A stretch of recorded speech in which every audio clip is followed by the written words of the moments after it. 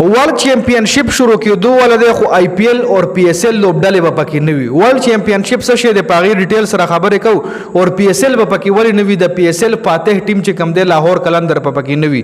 اصل کې ورلد چیمپئنشپ چې کم دی دا یو نوې لیگ شروع کېدو ولده چې دې کې به هغه لوبډلې حصہ خلی چې لیگ ټورنامنت ګټلې وي. لکه کومې لوبډلې چې د لاهور قلندر پی ایس ایل ګټلې وګڼو د لاهور قلندر په دې کې حصہ خلی. د آی پی ایل د چې کم ټیم ویرات کوهلی د لوبډلې آر سی بی آی پی ایل فائنل ګټلې وای په پاکستان ساخلی. دا غرنګ ساوث افریقا لیگ کې چې چا فائنل ګټلې او چا ساوث افریقا لیگ ګټلې په پاکستان ساخلی. امریکا لیگ دوبۍ لیگ چې چا فائنل ګټلې دي دا غټولو فائنلو ګټلو ولا لوبډلې برا یو ځکیږي او دای به یو ټورنامنت کوي چې هغه لا ورلد چیمپئن لیگ نوم کې خودل شوی دی. اوس په دې ورلد چیمپئن لیگ کې رومبنه ایډیشن به په 2026 کې خو په دې کې به د پاکستان او د پاکستان د پی ایس ایل لوبډله نوي د لاهور قلندر او د آی پی ایل د ویرات کوهلی د لوبډله د آر سی بی لوبډله او پکې نوي ولې او پکې نوي ډیټیل سره په خبره کوي. تاسو ته معلومه وي چې دی حواله سره یو په سوشل میډیا دا خبره هم وایرل چې دا خبره د انډیا میډیا هم ریپورت کړې ده چې پلاټس ګراوند کې پلاټس ګراوند د انګلند چې کم غټ ګراوند دی د ټیسټ یو تاریخي ګراوند دی لاډز په هغه ګراوند کې دی حواله سره یو میټینګ کال کړل شو چې په هغه کې د ټول لیګونو مشرانو له شرکت دعوت ورکړل شو لکه د پی ایس ایل مشر د آی پی ایل مشر د بیگ بیش مشر د 100 لیگ مشر د ایم سی ایل مشر د دوبۍ لیگ مشر د دې ټولو مشرانو ته دعوت ورکړل شو. د پاکستان مشر د پاکستان سپر لیگ طرف نه پکې چا هم شرکت نو کړي. د پاکستان سپر لیگ مشر ته هم دعوت ورکړل شو. د پاکستان سپر لیگ سی ای او ته هم انوایټیشن شو خو شرکت پکې د پاکستان سپر لیگ سی ای او نو کړي.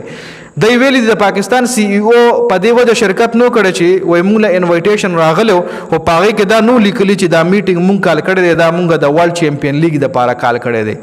لکه وای مونږ له پکې پوره رهنمایي نه وشو انوایټیشن راغلو وای مونږ له دا کلیر نه و چې دا د لپاره دا میټینګ کال شوی کې بیا مونږ تلی وو دا د پی ایس ایل سی ای او دا بیان جاری کړی دی.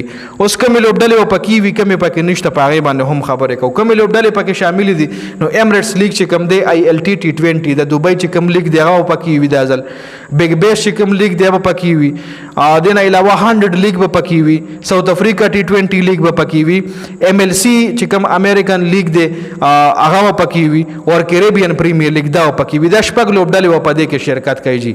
نه پکې پی ایس ایل شته نه پکې آی پی ایل شته نه پکې بنگلاديش پریمیر لیگ پکې شته نه پکې لنکا پریمیر لیگ شته.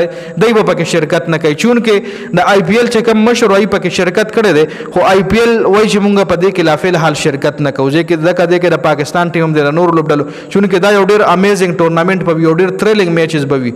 ځکه لاهور قلندر په پکې وي بل طرف لا پکې د آی پی ایل چې شا غټره د غي ټیم بوي پکې د ایمریټس لیگ والا ټیم بوي پکې له مضبوط لوبډلې بوي پدې کې نو ډیر خوندور ټورنامنت بوي هو کچره د لوبډلې پکې وي د پاکستان او د انډیا د پی ایس ایل او د آی پی ایل لوبډله پکې و نو سبل شانته مزه به وي. خیر دا اپډیټس په دې ویډیو کې د ویډیو کتلو زیاته مننه. والسلام.